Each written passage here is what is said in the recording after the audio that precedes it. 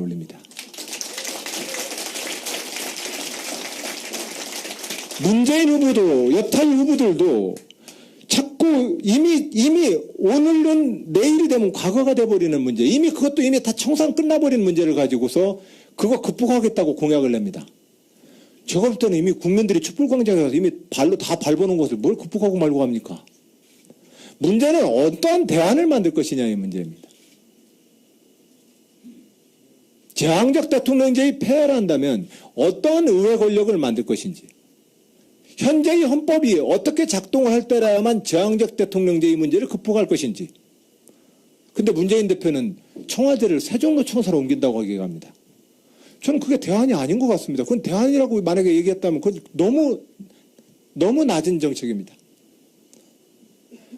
지금 87년 60항쟁 헌법 이래로 지금 6분의 대통령을 거치는 과정에서 우리가 말하는 제왕적 대통령제의 폐해의 핵심은 현행 헌법을 어떤 대통령도 지금 안 지키고 있기 때문에 문제입니다. 현행 헌법의 어떠한 정신을 안 지키고 있냐? 대한민국 헌법은 국무회의라는 내각을 구성함에 있어 총리를 먼저 국회에 인준받게 되어 있습니다. 국회에서 이 총리를 인준받는다는 이야기는 뭡니까? 국회의 과반을 점하고 있는 다수파가 이 총리를 지지하게 만들어라 이겁니다. 그런데 이제까지 대한민국 대통령들은 어떻게 했습니까? 내가 국정 좀 잘해보려고 하는데 의회가 자꾸 발목을 잡네요, 국민 여러분.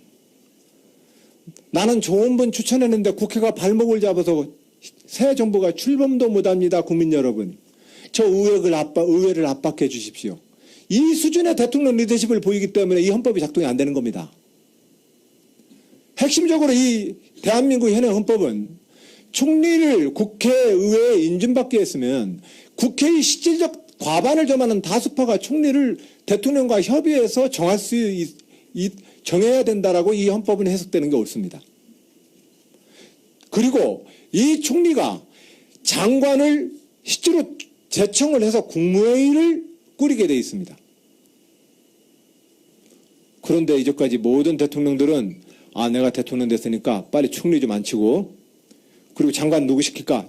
지난번에 고생했지? 너도 좀 하고, 그래 너 친구 물게 너무 고생했어. 너 장관 너도 좀 하고, 그래 최순실 씨가 뭘 했어? 그래 그 사람 좀 시키고. 이건 헌법을 위배하는 일입니다. 저는 이 문제는 비단 박근혜 정부에만 국한된 게 아니었고 지난 6번 텀의 모든 정부가 지금 이런 방식으로 헌법을 운영했습니다. 이 헌법은 제가 볼 때는 아무리 봐도 현재의 대한민국 헌법을 작동시킬 수 있는 운영법이 아닙니다. 그런 측면에서 저는 명실상부하게 국회의 과반을 점하는, 의회의 과반을 점하는 다수파들에게 총리의 지명권과 추천권을 저는 줄 계획입니다. 그리하여 그들과 함께 실질적으로 국무회의를 내각 중심제에 준하는 형태로 운영할 것입니다. 이것이 현재 작동하지 않고 있는 대한민국 현재의 헌법을 100% 활용할 수 있는 방법입니다. 제왕적 대통령 문제 때문에 의원내각제 주장합니다. 의원내각제 하면 거기 보스 안 만들어집니까? 현재의 정치 문화와 현재의 리더십 구조에서는 그 보스가 또 다른 소통령이 되어서 또 다른 권력 집중의 폐해는 똑같이 반복될 것입니다. 자, 이렇게 해서 실질적으로 현재의 문제를 극복하는 어떤 틀이 하나 있어야 되고, 또 하나는 더 나아가면은 제왕적 대통령제의 폐해를 한 예로만 된다면 그것을 극복하려면 중앙 집중화된 현재의 대한민국 체제를 자치분권 국가로 넘어가야 합니다. 저는 지방정부를 7년 동안 이끌어왔습니다. 80% 90%가 다 중앙부처 장관이 명으로 정해진 위임된 사무를 받아서 위임된 사무를 할 뿐입니다. 쉽게 말하면 프랜차이즈점입니다. 전자레인지에 2분 데우냐 3분 데우냐 정도의 스킬 외에는 발휘할 게 없는 프랜차이즈점입니다. 이런 식의 지방정부 운영을 가지고는 헌법의 정신을 지킨다고 얘기할 수가 없습니다. 그런 측면에서 적폐청산이라고 하는 것은 실질적으로 이러한 새로운 대한민국 헌법 운영과 대한민국의 미래를 어떻게 운영할지를 놓고 대안을 놓고 얘기할 때라야만 실질적으로 그 적폐는 청산된다. 단순하게 이미 국민들이 이미 심판을 끝내고 거의 정부를 해체 수준에 이르러버리는 그 정부를 뭐 청산하자고 또 얘기합니까? 이미 그 역사는 지금 광화문 촛불광장에서 이미 과거가 되어버렸다는 말씀 올립니다. 예. 그리고 한 가지 식민지, 독재, 전쟁, 분단 뭐 이런 과정을 거치면서 우리가 정말로 많은 상처기들을 우리 국민들은 서로 입고 있습니다. 이 문제를 어떻게 해결할까요? 저는 이거에 대해서 유일한 길은, 왜냐하면 그분들 이미 다 돌아가셔 버렸거든요. 어떻게 살아있어야 어떻게 구속을 하든 뭐 그 벌을 매기지요. 자, 그러면 이 과거는 어떻게 정리할까요? 그것에 이르는 유일한 길은 진실을 밝히는 일이라고 생각을 합니다.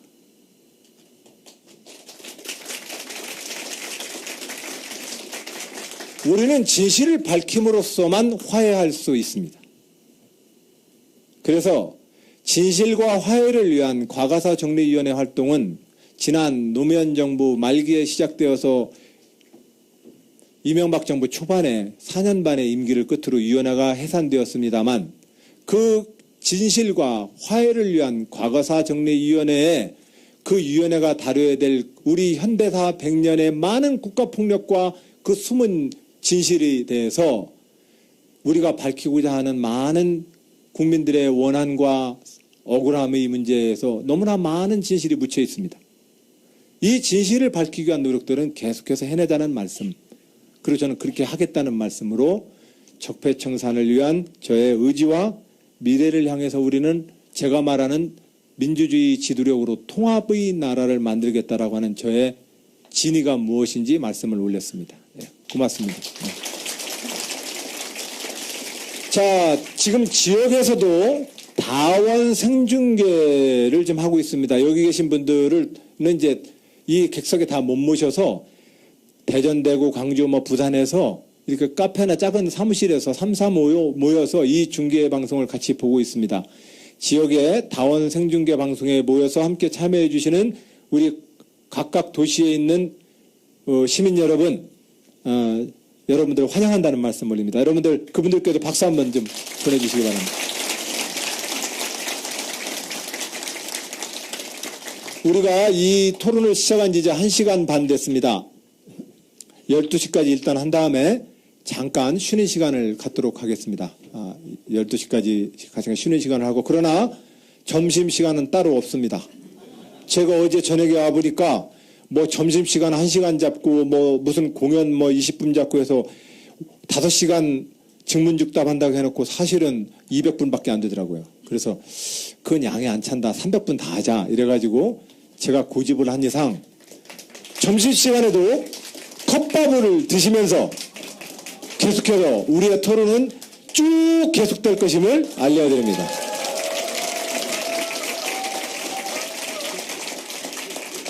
자, 온라인상에 이런 질문이 왔습니다. 뉴욕에서 하이디 손이라는 분이 최근 연두부 같은 마음 유지한다고 하셨는데 그 유지 비법이 뭡니까? 이렇게 얘기하셨습니다. 자, 근데 이 문제는 우리 종교적 선입견 없이 들어주셨으면 어떨까 싶습니다. 왜냐하면 저는 특정한 어떤 종교활동을 지금 현재 하지 않고 있습니다. 왜냐하면 많은 유혹을 받습니다. 또 많은 권유를 받습니다. 우리 대전에 있는 유홍식 주기님은 재작년에 프란체스코 교황님이 오면 직접 세례를 받게 해줄 테니까 빨리 들어와라. 그래가지고 홍성에 있는 담임 신부님도 좋은 교리 공부를 할 만한 좋은 신부님으로 보낼 테니까 빨리 들어와라. 당신은 내가 볼 때 캐톨릭 신자로서 자격이 너무 충분하다. 수덕사에 계신 설정 스님과 우리 정목 스님은 참 나이가 늦어서 출가가 안 될 뿐이지 너무 불교 친화적으로 자질이 훌륭합니다. 그러나 저는 아내가 있다는 말씀 올립니다. 연두부 같다는 말씀을 제가 오늘 그런 마음을 우리 유지하자고 말씀을 드렸는데, 실질적으로 우리 사회에서 어제 트럼프 대통령 보니까 거기는 교회에 가서 대통령 교회에서 이렇게 기도를 하시더만요. 저는 어떤 종교를 가지고 있던 우리는 사실상 기도를 하는 존재라고 생각합니다.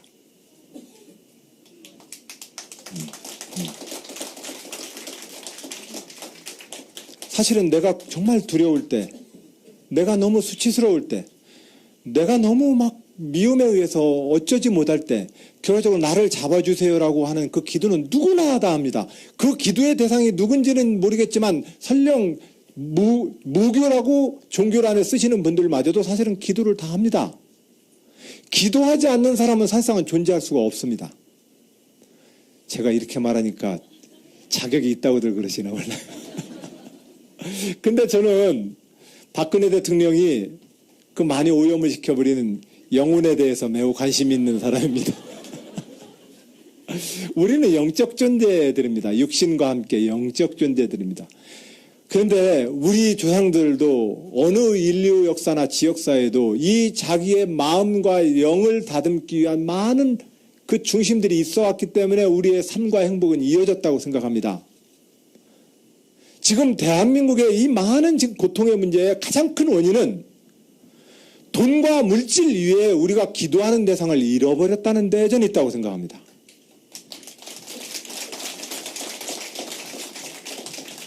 정말 우리는 지금 이 시대의 새로운 대한민국을 향한 저의 모든 정치는 그 물질과 돈과 출세라고 하는 그 이상의 가치를 말하는 정치인이 되고 싶은 겁니다. 그러지 않고선 실질적으로 우리 현실의 문제가 안 풀립니다.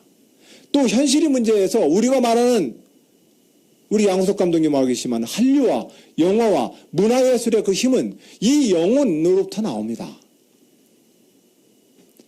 그리고 그것이 현재 우리에게 수많은 일자리와 산업을 만들고 있는 현실에서 대한민국의 진정한 발전을 위해서도 대한민국의 이 현실의 많은 고통의 치유를 위해서도 우리 정치는 좀 더 영적이며 철학과 가치에 대해서 말하는 시대가 되어야 되지 않을까요?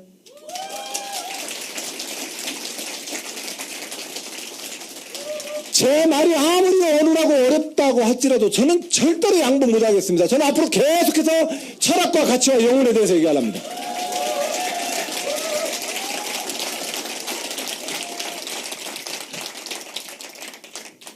사실상 그 기도가 내 마음에 딱딱한 돌멩이처럼 굳는 내 마음의 경화를 막는 거지요.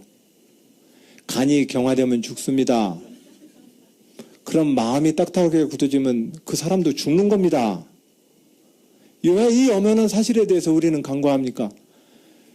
OECD에서 가장 많은 사람이 자살해서 죽는 나라, 전투 한 번을 하지도 않는데도 많은 젊은 병사들이 군대 가서 죽어버리는 나라, 정말로 많은 우리 부모님들이 고독하게 자기 생을 마감하는 나라, 우리가 풀어야 될 문제는 이 문제 아닐까요? 이 문제를 풀기 위해서는 반드시 우리는 거기에 해당되어지는 국가의 재정을 요구합니다만 국가의 돈만 가지고 안 됩니다. 10,000원짜리 지폐다발이라도 뺨 맞으면 기분 나쁩니다. 우리에게는 진정한 따뜻한 그 손길이 필요한 거 아니겠습니까? 돈다발의 뺨이 아니라. 바로 그 가치를 우리는 섞어서 새로운 대한민국을 만들어야 된다. 그리고 그러한 관점에서 저는 민주주의를 이야기하고 있고, 그런 관점에서 모든 저의 정치 행위와 정책 공약을 그런 관점에서 점검합니다. 이러한 제 마음에서 도저히 선뜻 안 나갈 때는 얘기를 못합니다. 예, 그렇다는 말씀을 올리고, 바로 그러한 것이 어떠한 신에게든 자기 마음속에 진실을 향해서 여러분들 좋은 마음, 좋은 영혼, 그걸 위해서 여러분들 다 같이 다 좋은 기도하시길 바랍니다. 그 기도는 매우 좋은 것이라고 생각합니다. 네.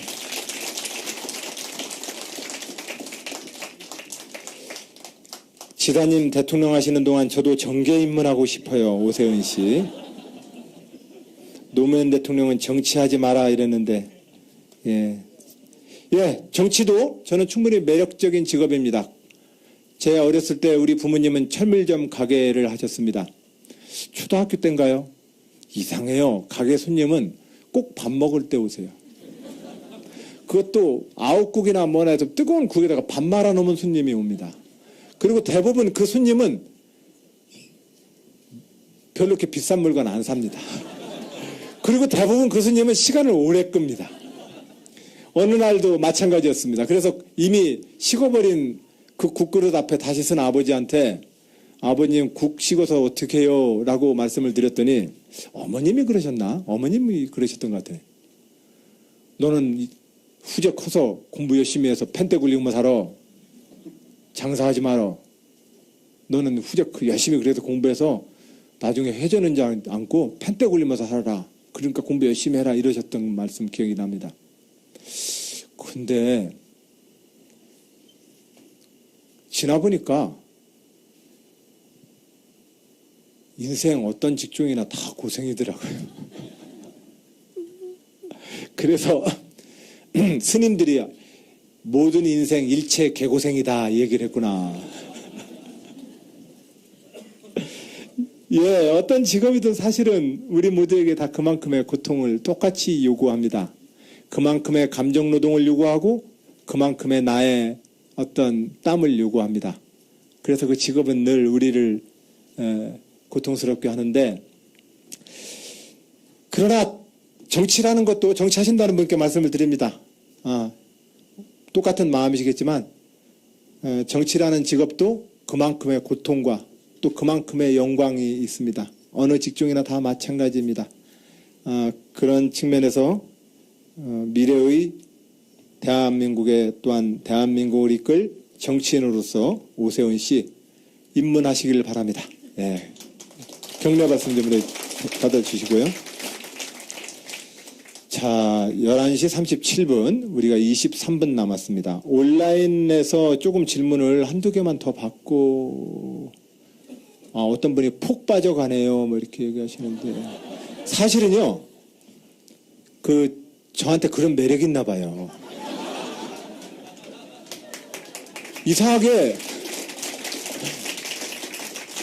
저를 만나면 별로 저를 이렇게 디스를 안 하고 뒷담을 안 까요. 그리고 심지어 다니면서 막 좋다고 그래요.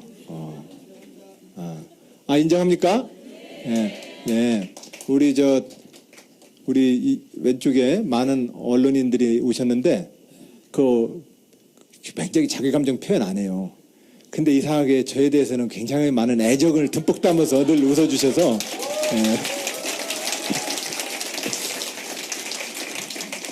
이 자리를 빌어서 언론인 여러분 사랑한다는 말씀을 공개적으로 드립니다. 제일 문제는 경선에서 어떻게 이길 거냐고? 이건 나중에 합시다. 약간 좀 심각한 주제여서. 예.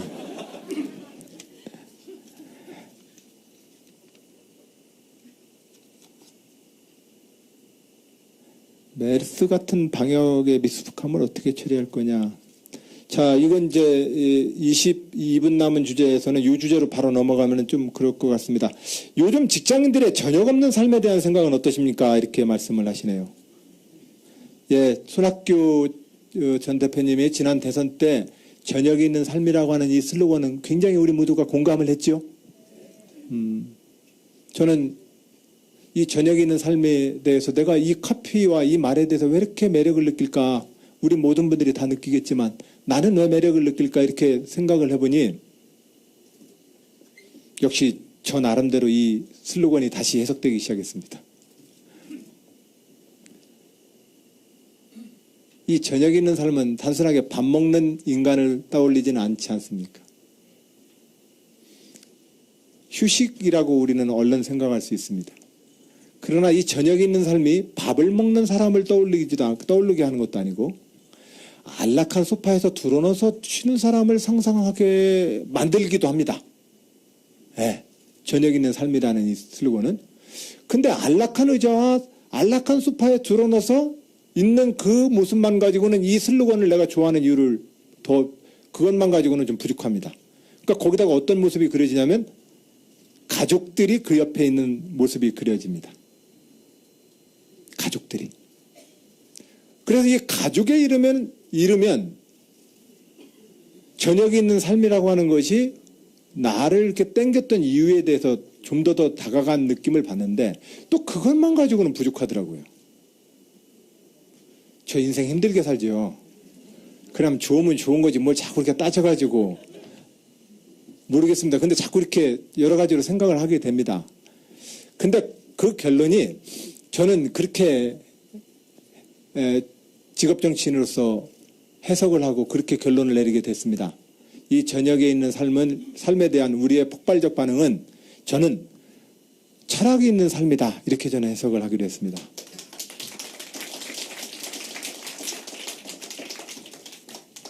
이미 120여 년 전에 동학을 창시했던 최재우 선생님이 했던 얘기입니다.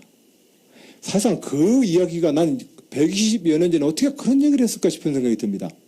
물질이 개벽하니 정신이 개벽하자 이랬습니다.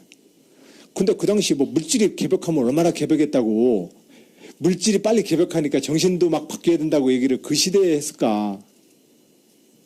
근데 사실은 지금 우리는 새로운 형태의 정신문명의 변화를 요구합니다. 지금 대기업 100만 원, 1차 중소기업 50만 원, 2차 벤더기업 35만 원 받는 이 구조는 사실은 보편적 시민의 상식을 가지고 있다면 이건 어려운 얘기입니다. 받아들이기가. 제 어렸을 때 저희 집은 200호 되는 시골 농촌 마을에 그래도 좀 잘 사는 철물점집이었습니다. 사실상 소고기, 돼지고기, 불고기 한번 해먹는 게 소원이었습니다.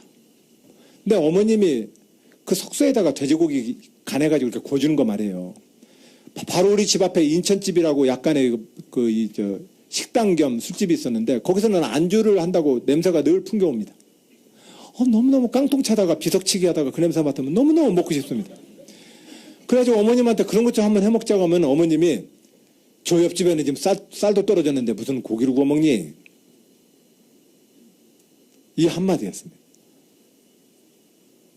우리는 사실 우리가 가지고 있는 이 일자리를 나누는 방식, 임금을 나누는 방식, 농촌과 도시가 같이 살아가는 방식, AI 때문에 수많은 가금류들을 땅에 묻으면서 달걀 한 판에 5,000원에서 10,000원이 되고 이 2배 뛰는 상황에서 우리는 소비자로서만 고민을 합니다. 그러나 나는 소비자이기 이전에 시민이기도 하지 않습니까? 그러면 우리는 어떤 형태의 친환경 축산을 이루어야 되는지에 대한 고민을 같이 하는 시민이 되었으면 합니다. 그래서 요즘 직장인들의 저녁 없는 삶, 이 저녁 없는 삶에 대해서 이것에 대한 대책은 우리가 그에 준하는 새로운 시민정신과 자본주의 시장경제의 소비자와 시민으로서 우리가 합의를 해내는 만큼 이 사회는 바뀐다. 앞으로 저는 이 합의를 대통령이 된다면 국민 여러분께 드릴 겁니다. 그러면 그 합의 과정에서 그 합의의 결과가 현재보다 좀 손해를 본다고 생각하는 분은 또 광화문에서 데모를 하실 겁니다. 또 그들은 배신당했다고 심지어 저한테까지 비난을 할지도 모릅니다. 그래서 이번 대선 과정에 저는 솔직히 말씀을 올립니다. 우리 모두가 극복해야 될 현실은 우리 모두의 희생과 참여 없이는 절대로 일어나지 않는다. 아이고 저 안희정 대통령 뽑아놨다가는 고생이겠다 싶으면 그건 그러나 저는 국민 여러분께 말씀드립니다. 그 길이 현재 우리의 이 위기를 극복하는 유일한 길이라고 저는 믿습니다. 저녁 없는 삶, 이 문제는 우리에게 좀 더 인간다운 삶을 찾고자 하는 우리 모두의 소구입니다. 소원입니다. 이것을 우리가 해결해내는데 우리는 새로운 노동시간, 임금 배분 구조, 도시와 농촌의 삶의 패턴의 변화, 그리고 서울 일극 중심의 대한민국의 이 서울공화국의 체제를 극복하는 일, 이런 다양한 형태를 통해서 우리는 평범한 한 직장인의 저녁의 삶이 보장된다. 오르고 올라서 그 먹이사슬의 정점에 서서 고급진 세단 뒷좌석에 앉아도 그 삶은 절대로 자기 삶이 되지 않는다. 재벌 2세, 3세도 마찬가지입니다. 그들은 이미 돈의 감옥에 갇혀서 인생을 시작할 뿐이지 자기 인생을 살고 있는 것이 아닐 수도 있습니다. 우리가 그것을 자각하는 순간에 우리는 대한민국은 새로운 약속을 해낼 수 있습니다. 그 움켜진 것, 생존을 위해서 움켜지는 것, 내 자식한테는 절대로 이 빈곤을 물려주지 말아야 되겠다라고 하는 절대적 생존감으로 물려줬던 그 많은 기득권들이 결과적으로 각자의 인생에서 자기 인생을 사는데 다 껍데기라고 하는 사실을 우리가 인식하는 순간 우리는 새로운 사회적 계약을 맺어낼 수 있습니다. 이 새로운 사회적 계약을 맺어내기 위한 새로운 시대를 만들자는 정치인, 그게 저 안희정입니다.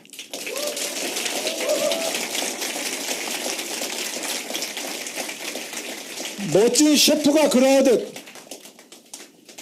먼저 한번 튀겼다가 삶아야 될지, 눅눅한 불에 오래 삶아야 될지, 그것은 내가 요리하고자 하는 그 메인 디쉬의 성격상 센 불일지 약한 불일지 중탕일지 튀길지 굴지를 결정하는 거 아니겠습니까? 저는 그 일관된 목표에 따라서 제 모든 정책들은, 제 생각들은 그 일관된 민주주의 대한민국의 새로운 시대상을 놓고 이 순서가 지금 정해져 있다는 말씀을 올립니다. 네. 자, 끝으로 여성 한 번만 더 하고 하겠습니다. 예.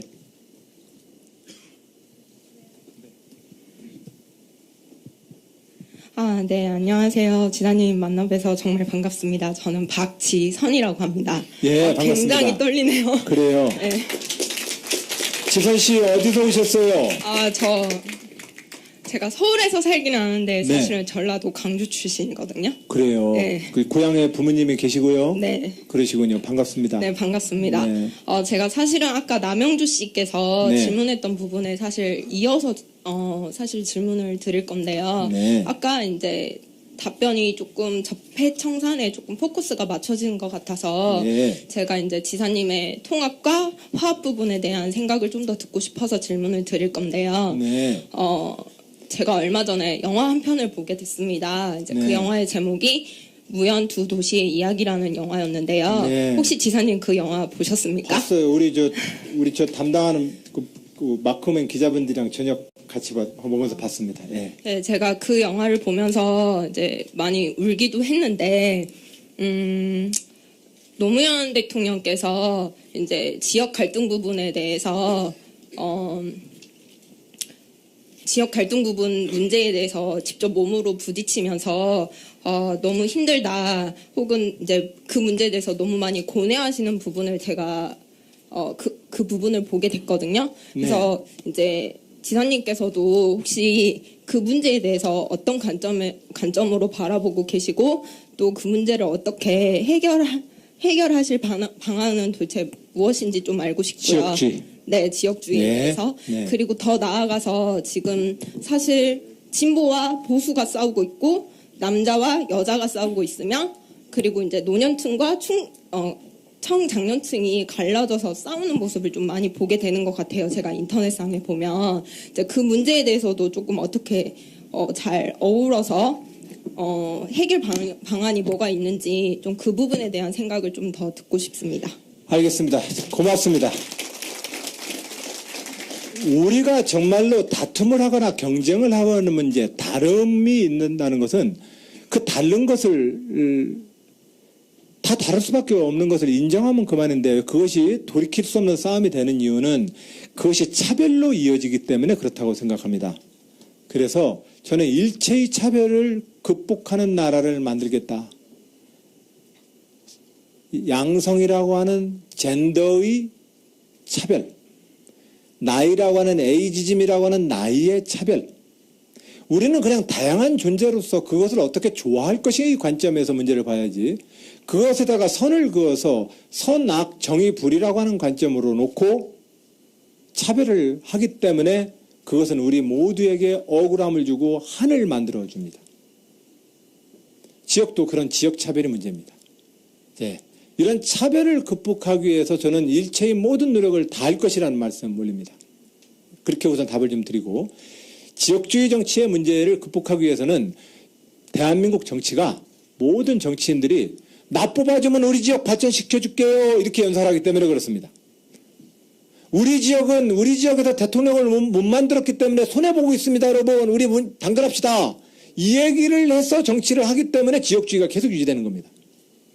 저는 그래서 그런 수준 낮은 정치 하지 말라고만 이제까지 얘기했는데, 가만히 보니까 제가 대통령 후보로 도전을 하기 위해서 광주도 가고 부산도 가고 대구도 갔는데, 그 지역 발전의 기회를 찾고자 하는 그 지역 주민들의 요구를 그냥 인정해야 되겠더라고요.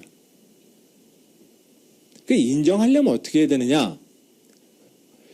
대신 그러한 마음으로 대한민국 대통령을 자기 지역 사람 뽑아서 자기 지역에 좀 더 유리한 재정과 제도를 만들겠다라고 한다면 그것은 5천만의 투표가 될 수 없습니다.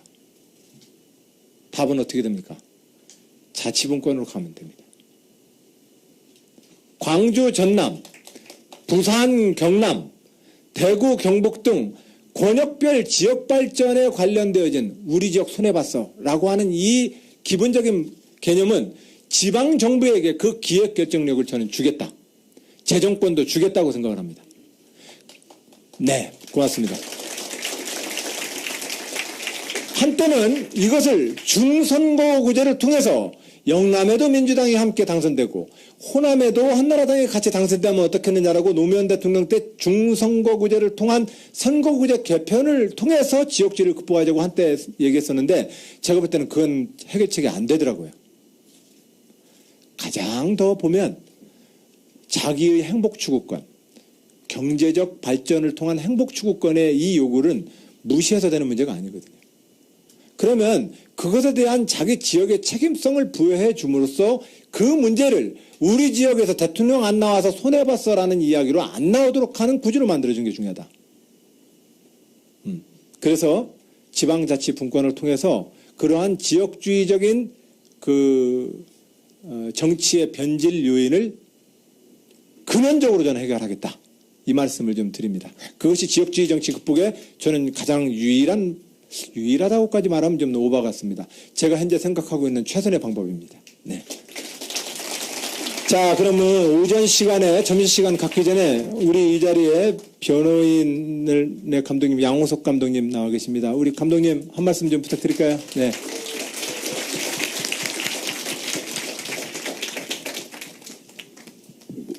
제가 여기 와서 무슨 말씀을 드리는 건 어폐가 있는 것 같고, 저도 그럼 주권자의 한 명으로 질문을 하나 드려도 되는지요? 예.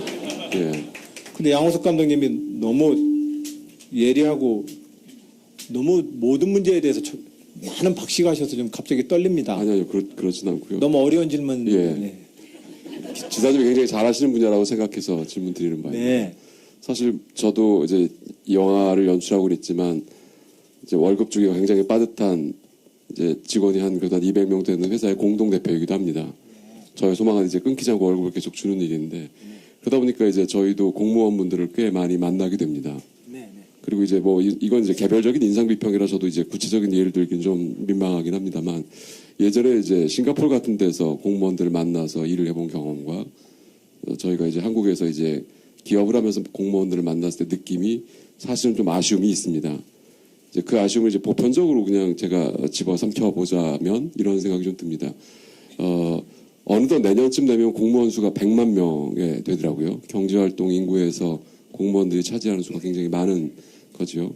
근데 공무원들을 뵐 때마다 느끼는 점은 이분도 이렇게 아까 말씀하셨던 저녁이 있는 삶, 여유 있는 삶을 사는 것 같지도 않고 좀 약간 불행하다는 느낌도 받고 계시고, 또 그렇다고 해서 또 이분들이 저희를 위해서 해주시는 것도 저희도 그렇게 만족스럽게 받지는 못하고 있구나라는 아쉬움이 좀 듭니다.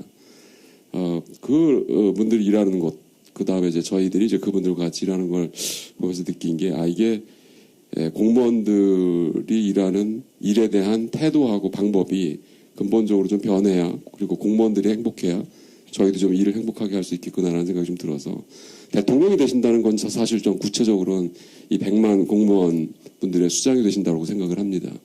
그래서 단순히 공무원들에게 동기를 부여하고 보상을 한다, 그 이상을 넘어서서 이제는 공무원 문화 전체를 한번 고민을 해주실 때가 아닌가라는 생각이 좀 들어서, 어떤 생각이 갖고 계신지, 특히 충남이 13개 시도 중에서 계속해서 1위 행정 업무 1위를 하셨다고 들었습니다. 뭐 그 뒷받침에는 역시 공무원분들과 어떻게 일을 해나가셨는지가 중요한 일이라고 생각을 하는데 그 부분에 있어서 이제 백만 수장이 되신다면 어떻게 공무원 문화 전체를 개혁해 주시고 이끌어 나가 주실지 약간 이제 조금 제가 이제 사족을 붙인다면 사실 최근에 4차 산업혁명이라는 얘기들이 오고 가고 있습니다. 말은 멋있지만 사실은 일하는 사람들은 더 힘들어진다는 얘기입니다. 여태까지 신경 쓰지 않았던 일을 몇 차로 더 신경을 써야 된다는 얘기이기 때문에 사실 공무원분들의 협조와 이끌 지도 없이는 사실 이 4차 산업혁명이 저는 한국에 자리 잡기가 힘들다고 생각을 합니다. 그런 점에서 공무원 조직 문화 개편에 대해서 어떻게 생각하시는지 여쭤봅니다. 예, 감사합니다. 예. 저는 민주주의 정치인으로서 제 직업 정치가 해야 될 가장 중요한 임무를 컴퓨터나 모바일로 치면은 오퍼레이팅 시스템을 담당하는 직업이라고 생각합니다. 삼성폰에 들어있는 안드로이드 운영체제, 아이폰에 들어있는 iOS 운영체제처럼 이 운영체제를 개선시켜내는 일이 민주주의 정치인들이 해야 될 자기 본래의 영역입니다. 그리고 이런 오퍼레이팅 시스템 위에 시민과 개인과 기업과 문화와 예술과 모든 것들이 이 위에서 작동을 하게 됩니다. 만약에 옛날에 윈도우 버전이나 도스 버전을 가지고 지금 핸드폰을 못 만듭니다. 핸드폰 앱이 작동이 불가능합니다. 이건 오퍼레이팅 시스템의 기본 구조가 끊임없이 버전업되어 있기 때문에 그렇습니다. 지금 저는 말씀드린 것처럼 민주주의라고 하는 이 제도 역량을 높여서 그 위에 정보 분야의 롤과 시장과 기업 영역의 역할과 개인과 기업과 가족과 가정의 역할의 각각의 영역이 가장 활성화되도록 이 민주주의를 버전업시키겠다는 것이 제가 지금 도전하고 있는 대목입니다. 자, 그런 측면에서 지금 현재 정보 분야는 어떤 방식으로 움직여야 될까요? 핵심적으로 지난 박정희 시대의 대한민국의 국가 운영 원리였던 국가주의, 정부 중심, 관주도형 국가체제를 확 바꿔내야 합니다. 저는 지난 7년 동안 지방정부를 이끌면서 정부가 할 수 있는 일과 하지 말아야 될 일을 구분하는 데 모든 시간을 썼습니다. 2010년 제가 도의사 취임하자마자 중앙정부로부터 가장 강력하게 밀고 내려왔던 것은 물가 자발화였습니다. 그러니까 물가 관리팀 만들어가지고 시중에 짜장면값, 밀정원에 뭐값 해도 50몇 개 물가가 해가지고 그거 뒤지러 다닙니다. 아, 이런 개발도상국 후진 정책이 어디 있습니까? 이명박 대통령의 국가 운영이 그렇다는 겁니다. 예. 내가 후지라고 얘기했나 지금? 이거 뭐 공식 방송 아니기 때문에 여러분 약간 제가 좀 단어가 좀 격했더라도 용서하시길 바랍니다. 어쨌든 그랬다는 겁니다. 예. 그런 점에서 이 정부 혁신의 가장 핵심은 정부가 정유치해야 합니다. 근데 이 정부가 정유치를 하다 보면 어떤 문제가 생기냐면 지금 우리가 모두 얘기하는 것처럼 청와대와 정치와 정부가 정유치를 하려고 해보니까 정부의 기준의 역할을 누가 조종하게 되느냐? 자본, 재벌, 대기업이 여기에 대한 더 지배력을 높인단 말입니다. 법관도 퇴임하면은 어디 무슨 로펌 가야죠. 검사도 못 벗으면 어디 로펌 가야죠. 그 로펌에 대해서 가장 물주는 자본 가지고 있는 분이죠. 언론사도 광고 들어와야 되는데 그 광고 문제는 역시 또 재벌과 대기업이 하죠. 그러니까 민주주의 정치가 이 정부를 정유치시킨다고 후퇴하는 순간에 기존에 있었던 국가의 정부의 역할을 자본이 먹어버리더라 이겁니다. 저 이거 막으랍니다.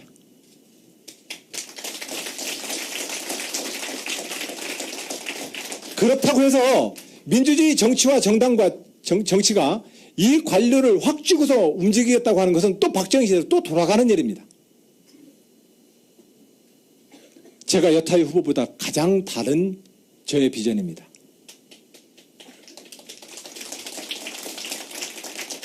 한 후보는 세게 잡아가지고 좋은 정치를 해보겠다고 지금 주장하고 계시는 거고, 한 후보는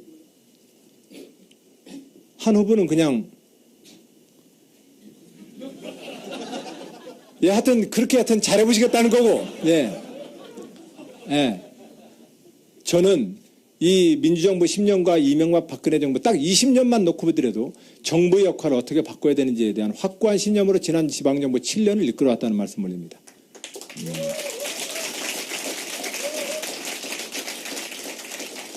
그래서 지금 현재 공무원 수의 많고 적고 허재영 교수님 이 100만 명이 지금 전체 공공기관까지 지금 포함해서 100만 명이던가요?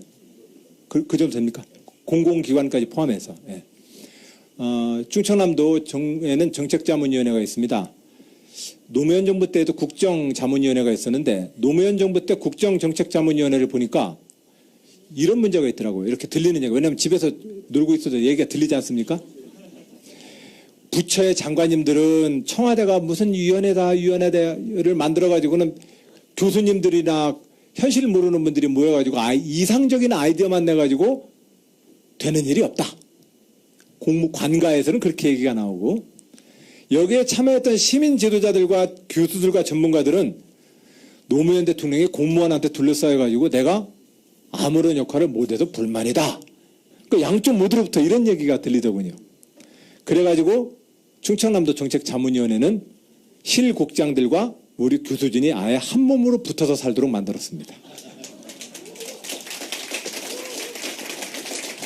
그 정책자문위원회가 저는 한 200분가량 되는데 교수님들과 농업이면 농업을 가장 오랫동안 잘 지어온 농업 지도자들, 농민들, 그러니까 현장 전문가들과 연구 전문가들을 모아서 정책자문단을 약 180분가량을 구성해서 실국별로 위원회별로 묶어서 실국이 신규 사업을 하려면 그 정책자문위원회와 반드시 토론을 해서 예산계획과 정책계획을 세우도록 했고 어떤 정책자문위원님 그냥 1년에 한 번 정도 그냥 와서 명예직으로 좀 하고 이렇게 충청남도 무슨 자문위원 나 이런 줄 알고 왔는데 완전히 과로사할 지경입니다. 내가 공무원입니까?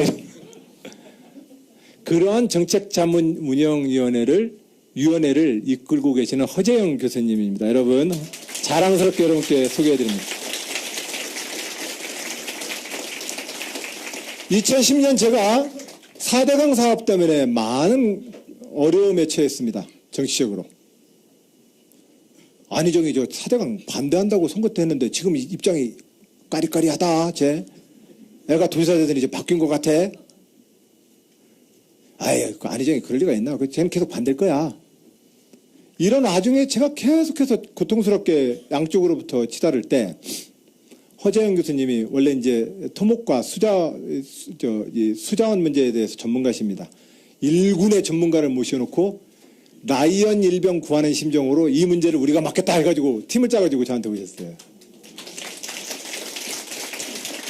그래서 4대강 사업에 대한 저희 도나름의 전략과에 따라서 이명박 정부한테 협상하자 이래가지고 제안을 했는데 협상안을 보냈더니 청와대가 그 이튿날 슬쩍 흘렸습니다.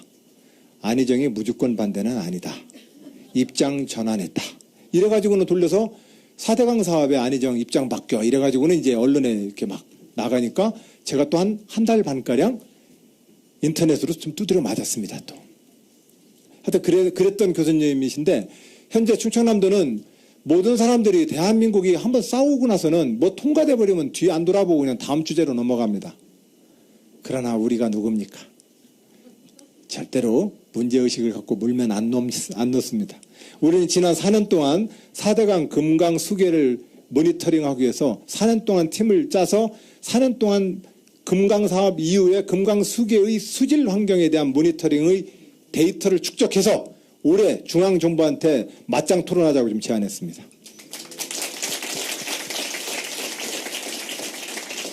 화끈하게 싸우는 것도 중요하지만 우리 이 역사는 유고하게 흘러갑니다. 축적할 필요가 있습니다. 그때의 그 찬성과 반대가 어떻게 부딪혔고 그 찬성과 반대의 입장이 결과적으로 이후에 그 입장이 어떠한 데이터로 입증됐는지를 놓고 그 데이터를 추적한 나라의 국가 운영 수준 얼마나 좋아지겠습니까? 제가 바로 그 대한민국의 미래를 만들고 있다 이 말씀을 좀 드립니다. 자, 그런 점에서 공무원 수와 정보 분야의 혁신에 대해서 저는 전적으로 동의합니다. 저는 그런 점에서 이런 일회성, 관주도형으로부터 벗어나기 위해서 이러한 협업 구조를 끊임없이 통해서 정보 분야의 혁신을 꾀해왔다는 말씀을 첫 번째로 드리고, 두 번째로 제가 계속해서 꾀하고 있는 것은 세월호 때도 마찬가지지만 진도 VTS나 이런 곳의 가장 큰 문제는 대한민국의 군대도 저는 걱정입니다. 공무원들은 기본적으로 한 보직에서 1년 이상을 없습니다.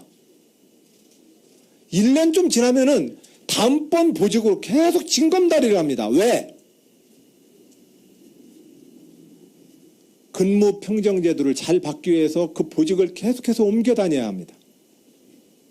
결과적으로 대한민국은 지난번 어느 비숍, 영국 왕실 지리학회의 비숍 여사가 조선과 그 이웃 나라들이라는 책에서 1894년 조선을 여행했던 소감을 딱 한마디로, 조선의 모든 사람은 한양을 중심으로 살아간다.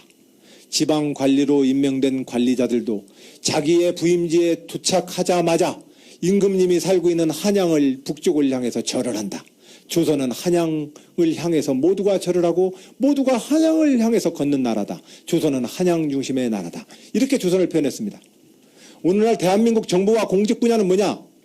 매우 유감스럽게도 9등급이라고 하는 2000년 넘은 주나라 때의 그 구품계 조직이 아직도 살아있는 가장 역사와 전통을 자랑하고 있는 관료 조직입니다. 그래서 모든 공무원들은 들어오는 순간 매 철마다 이 승진을 위해서 살아갑니다. 대한민국 모든 사람들이 한양을 향해서 걷는 것처럼 모든 공무원 조직은 이 9등급 체제 내에서 승진을 위해 살아갑니다. 이래서는 정부 분야의 혁신 효과가 나오지 않고 정부의 효율은 나오지 않습니다. 그래서 저는 지방정부의 차원에서 이 9등급제를 확 없애버리고 싶었는데 그건 국가공무원법상의 개정사항이어서 제 입만 가지고는 안 됐습니다. 그래서 저는 근무평정제도, 즉 공무원들의 인사평정제도를 보직 순서로 꽃보직을 받아야 좋은 점수 받는 이 인사관행을 깨고 각각의 어떤 보직에서라도 자기가 업무 성과를 내면 좋은 점수를 받아서 승진할 수 있는 인사평정제도를 만들었습니다. 정부 혁신해야 합니다. 정부는 정부답게 정유치해야 합니다. 시장과 기업과 시장의 경쟁 질서가 주는 그 효율과 합리성은 우리는 존중해야 합니다. 더 이상 관주도형 국가체제로는 안 됩니다. 그런 점에서 정부는 혁신되어야 합니다. 그러나 그동안 정부가 제공하지 못한 사회적 서비스는 좀 더 확대되어야 합니다. 그런 점에서 제가 이끄는 정부는 기존의 낡은 정부로부터는 혁신되어서 줄어드는 정부이겠지만 사회적 서비스와 복지 측면에서는 더 확대된 큰 정부가 될 것입니다. 그러니 얘기가 좀 어렵습니다.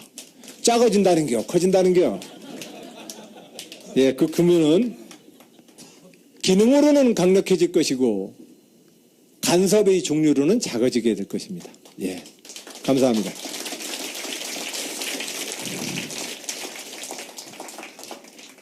네, 이제 지사님. 예, 이제 12시 8분이 되었습니다. 그래서 점심밥이 12시 20분에 도착합니다라고 공지 부탁드립니다라고 또 있네요. 그래서 12시 20분에 점심밥이 도시락이 들어오신다니까 그때까지 잠깐 좀 이렇게 수담도 좀 하시면서 그렇게 하시는 거, 이 얘기는 사회자가 해야 되는 거구나. 예, 죄송합니다. 예. 제가 오늘 사회자입니다, 여러분. 네.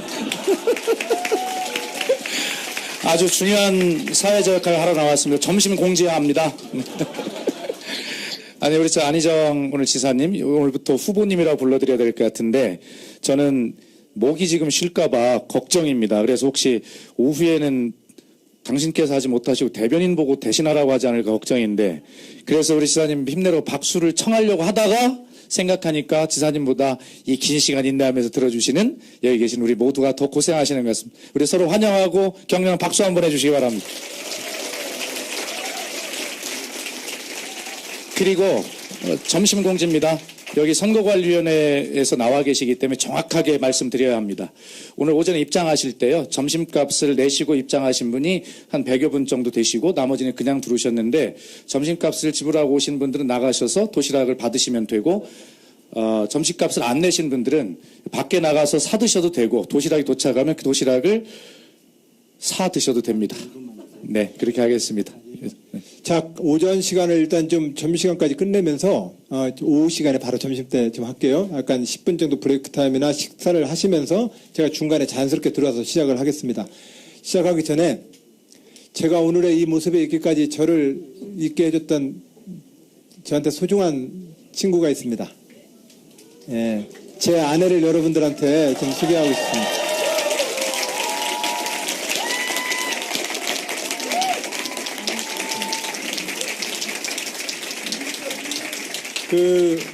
사실상은 두 아들도 이 자리에 와 있는데 우리 두 아들은 사실상은 자기들 또 사회생활도 좀 하고 해야 돼서 지금 뭐 너무 이렇게 얼굴이 이렇게 알려지는 것은 본인들도 좀 불편해하는 것 같아서 두 아들만 이 자리에 같이 있다는 말씀을 올리겠습니다.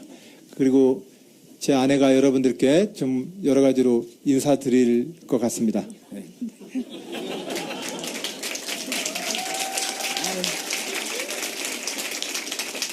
안녕하세요. 반갑습니다.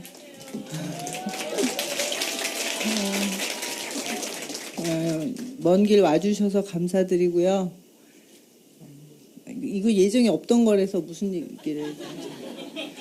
근데 이제 이분이 처음에 되게 힘들어 하신 게 뭐냐면, 그러니까 자기 마음을 잘 몰라준다고 사람들이 내 마음은 그게 아닌데 오해하고 또 이제 여러 가지 이유로 이러저러하게 평가도 하고 막 이래서 자기 마음을 몰라준다고 되게 힘들어 하셨어요. 그래서 제가 자기 얘기를 해라 그랬더니 글쎄 이분이 어떻게 자기 자랑을 내 입으로 하네요. 그래서 제가 당신 얘기를 하라 그랬지 내가 언제 자랑을 하라 그랬냐. 그러니까 이 충청도 사람한테는 내 얘기를 허심탄회하게 하는 거는 뭔가 자랑하는 것 같은 그런 착각들과 아니면 다른 편으로 보면 하나의 이제 억압일 수 있겠죠. 이제 그런 게 있으신가 봐요. 그래서 내가 좋은 상품, 그러니까 냉장고가 가만히 있으면은 아무도 안 사는 것처럼 이 냉장고의 기능은 이거고 이 냉장고는 이런 장점과 기능이 있고 그걸 누군가 말해줘야지 사람들이 나한텐 이게 필요하니까 이걸 사고 저게 필요하니까 저걸 사고 이럴 거 아니냐. 근데 입 꾹 다물고 앉아서 내 진심을 사람들이 알아주기를 바라고만 있으면 그게 어떻게 가능하냐. 그래서 제가 옛날부터 낌새는 좀 눈치는 채고 있었지만 약간 왕자병이 좀 있어서 그런 증상이다라고 제가 판단을 내렸거든요.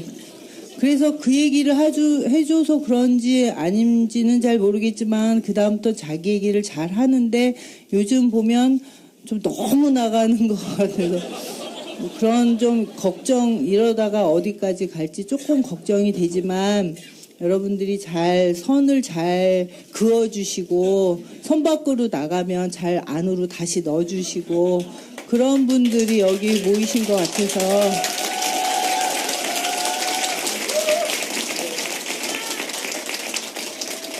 그래서 너무 감사드리고요.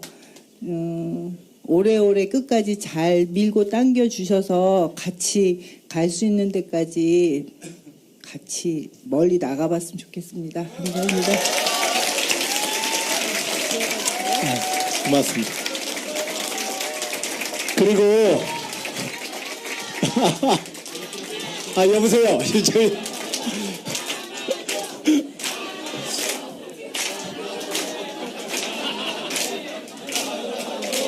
자, 여보세요. 야, 진정들 하세요. 예, 여기는 뭐 결혼식 필요 현장도 아니고, 예. 그 일은 저희들이 알아서 하겠습니다. 네. 예, 하여튼, 그러면 오전 시간 이렇게 해서 좀 마치고 점심 시간에 쉬는 시간을 좀 갖고 컵밥으로나 도시락으로 점심을 같이 드시도록 하겠습니다. 여기 계신 모든 분들 이렇게 함께 해주셔서 감사드리고, 오전 시간 어떠셨어요? 예, 재밌었나요? 바로 이게 새로운 나라라고 생각을 합니다. 예, 감사합니다. 네.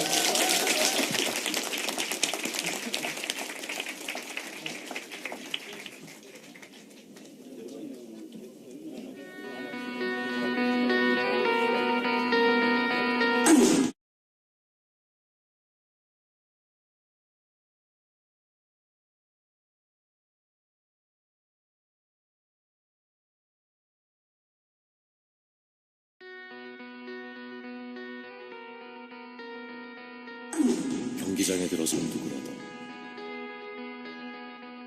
모두의 기대와 환호를 받는다. 그 순간 우리는 한계를 뛰어넘는 멋진 선수가 된다.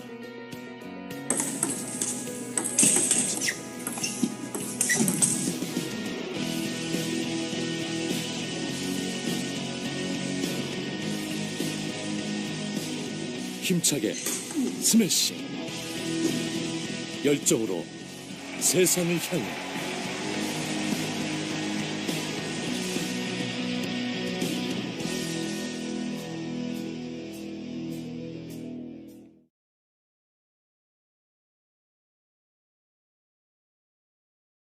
안희정은 듣고 싶습니다. 아이고 오셨어요. 아이고 오셨어요. 이렇게 할까요 내가? 응? 내가 정당하고 바르고 옳게 하는 그런 마음을 가지고 그런 일을 하는 사람이 애국자지. 이 안희정 지사가 꽃중년 스타일이세요. 정치라는 게 좀 삶과 가까웠으면 좋겠어요. 바다와 같이 언제나 도민들한테 함께 사는 모습을 한번 펼치는 세상을 한번 만들었으면 좋겠다. 충청남도의 어떤 정책을 보면 도지사님의 그런 한결같은 나눠줄 수 있는 마음이 되는 그런 것이 너무 고맙죠. 농민의 한 사람으로서 농민을 생각하시는 분이구나. 약속을 지키시는 분이기 때문에 좋아합니다. 충청이 주신 큰 사랑.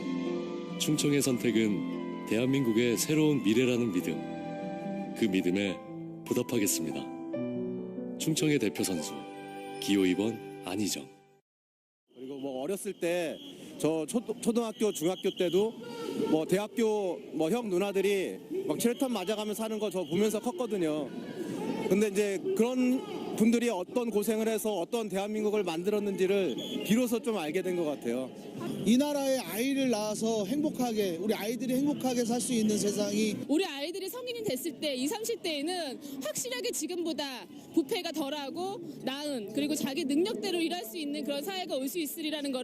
국민이 요구하는 것이 있다라는 것을 보여주는 정치, 될 수 있다, 희망이 있는 국민을 어려워하는 정치, 그리고 국민이 바라는 그런 원하는 정치를 해줄 수 있는 꿈을 찾기 위해 외국으로 나갈 필요가 없는 대한민국 내에서도 꿈을 찾을 수 있는 그런 나라가 됐으면 좋겠어요. 권력 있는 사람과 권력 없는 사람이 확실히 나눠지지 않고 모두가 행복하게 살아가는 세상이 됐으면 좋겠습니다. 좋은 대통령이 당선이 돼서 제가 말한 것처럼 평화롭고 행복한 나라가 하루빨리 됐으면 좋겠네요. 나쁜 사람을 잘 혼내줄 수 있고 큰 벌을 줄 수 있는 좀 정의롭고 착한 사람이 대통령이 됐으면 좋겠어요.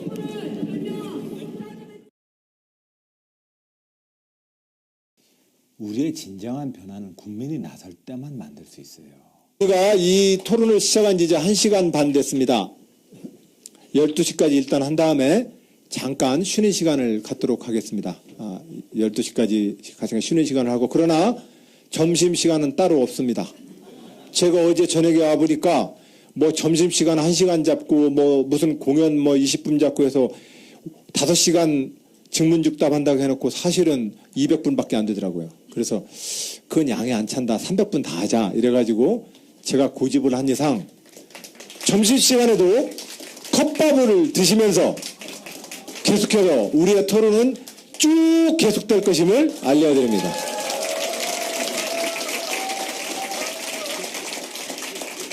자, 온라인상에 이런 질문이 왔습니다. 뉴욕에서 하이디 손이라는 분이 최근 연두부 같은 마음 유지한다고 하셨는데 그 유지 비법이 뭡니까? 이렇게 얘기하셨습니다. 자, 근데 이 문제는 우리 종교적 선입견 없이 들어주셨으면 어떨까 싶습니다. 왜냐하면 저는 특정한 어떤 종교활동을 지금 현재 하지 않고 있습니다. 왜냐하면 많은 유혹을 받습니다. 또 많은 권유를 받습니다. 우리 대전에 있는 유홍식 주기님은 재작년에 프란체스코 교황님이 오면 직접 세례를 받게 해줄 테니까 빨리 들어와라. 그래가지고 홍성에 있는 담임 신부님도 좋은 교리 공부를 할 만한 좋은 신부님으로 보낼 테니까 빨리 들어와라. 당신은 내가 볼 때 캐톨릭 신자로서 자격이 너무 충분하다. 소독사에 계신 설정 스님과 우리 정목 스님은 참 나이가 늦어서 출가가 안 될 뿐이지 너무 불교 친화적으로 자질이 훌륭합니다. 이러네요. 그러나 저는 아내가 있다는 말씀 올립니다. 연두부 같다는 말씀을 제가 오늘 그런 마음을 우리 유지하자고 말씀을 드렸는데, 실질적으로 우리 사회에서 어제 트럼프 대통령 보니까 거기는 교회에 가서 대통령 교회에서 이렇게 기도를 하시더만요.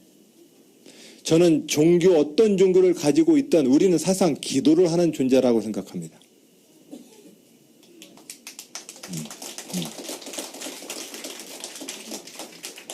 사실은 내가 정말 두려울 때, 내가 너무 수치스러울 때, 내가 너무 막 미움에 의해서 어쩌지 못할 때 결과적으로 나를 잡아주세요라고 하는 그 기도는 누구나 다 합니다. 그 기도의 대상이 누군지는 모르겠지만 설령 무교라고 종교라는 정부를 뭐 청산하자고 또 얘기합니까?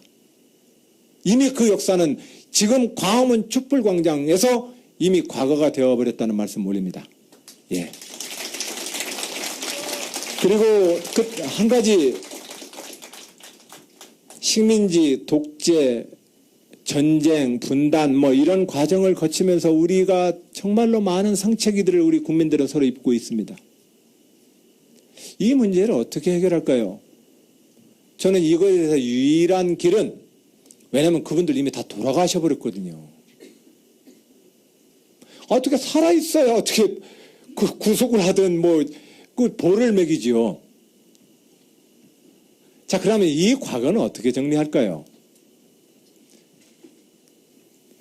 그것에 이르는 유일한 길은 진실을 밝히는 일이라고 생각을 합니다.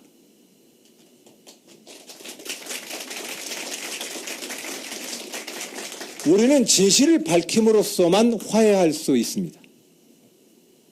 그래서 진실과 화해를 위한 과거사 정리위원회 활동은 지난 노무현 정부 말기에 시작되어서 이명박 정부 초반에 4년 반의 임기를 끝으로 위원회가 해산되었습니다만, 그 진실과 화해를 위한 과거사 정리위원회에 그 위원회가 다뤄야 될 우리 현대사 100년의 많은 국가폭력과 그 숨은 진실에 대해서 우리가 밝히고자 하는 많은 국민들의 원한과 억울함의 문제에서 너무나 많은 진실이 묻혀 있습니다. 이 진실을 밝히기 위한 노력들은 계속해서 해내자는 말씀, 그리고 저는 그렇게 하겠다는 말씀으로 적폐청산을 위한 저의 의지와 미래를 향해서 우리는 제가 말하는 민주주의 지도력으로 통합의 나라를 만들겠다라고 하는 저의 진의가 무엇인지 말씀을 올렸습니다. 네, 고맙습니다. 네.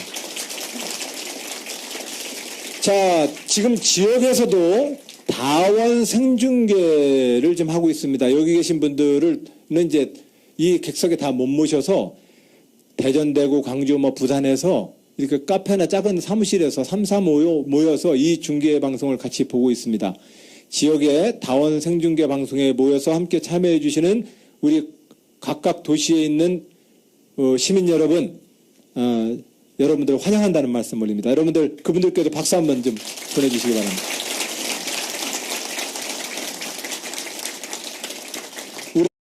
올립니다.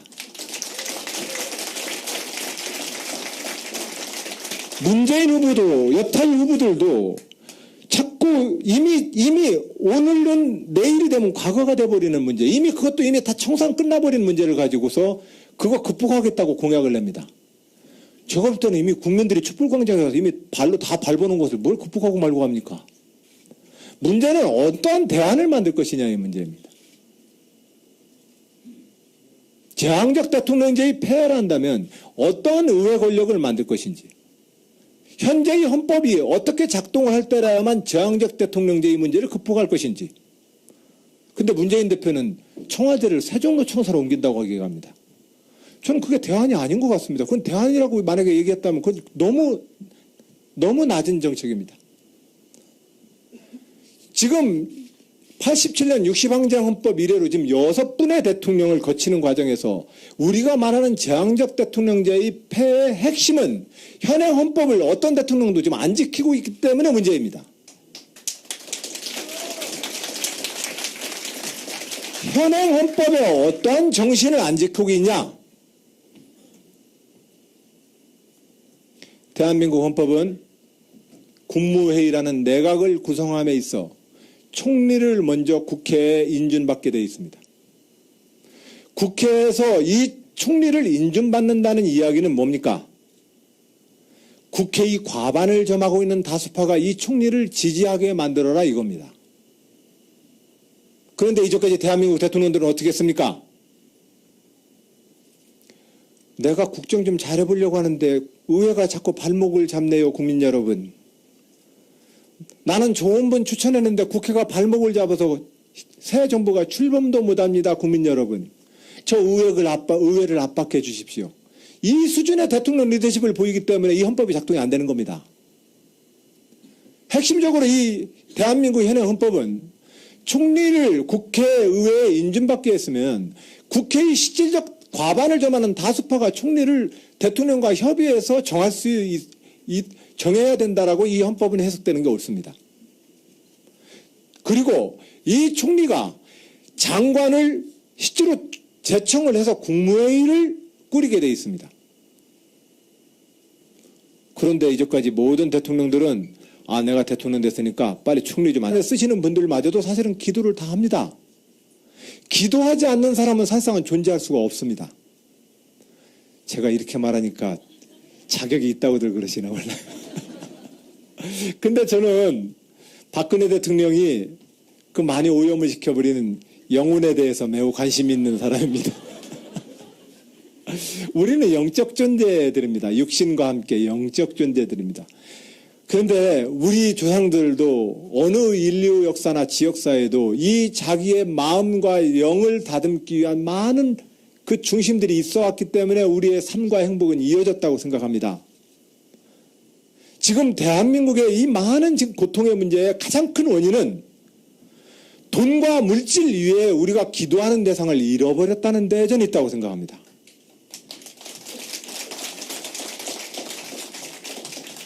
정말 우리는 지금 이 시대의 새로운 대한민국을 향한 저의 모든 정치는 그 물질과 돈과 출세라고 하는 그 이상의 가치를 말하는 정치인이 되고 싶은 겁니다. 그러지 않고선 실질적으로 우리 현실의 문제가 안 풀립니다. 또 현실의 문제에서 우리가 말하는 우리 양우석 감독님 하고 계시지만 한류와 영화와 문화예술의 그 힘은 이 영혼으로부터 나옵니다.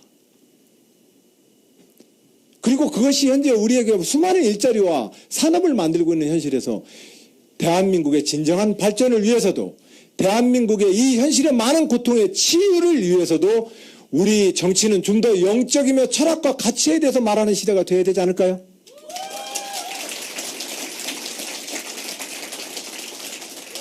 제 말이 아무리 어눌하고 어렵다고 할지라도 저는 절대로 양보 못하겠습니다. 저는 앞으로 계속해서 철학과 가치와 영혼에 대해서 얘기하랍니다.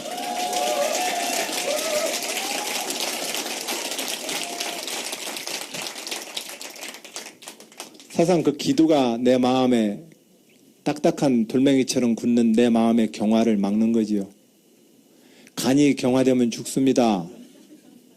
그럼 마음이 딱딱하게 굳어지면 그 사람도 죽는 겁니다. 왜 이 엄연한 사실에 대해서 우리는 간과합니까? OECD에서 가장 많은 사람이 자살해서 죽는 나라, 전투 한 번을 하지도 않는데도 많은 젊은 병사들이 군대 가서 죽어버리는 나라, 정말로 많은 우리 부모님들이 고독하게 자기 생을 마감하는 나라 치고, 그리고 장관 누구 시킬까? 자, 지난번에 고생했지? 너도 좀 하고, 그래 너 친구 물게 너 너무 고생해. 너 장관 너도 좀 하고, 그래, 그래. 최순실 씨가 뭘 했어? 그래. 그 사람 좀 시키고.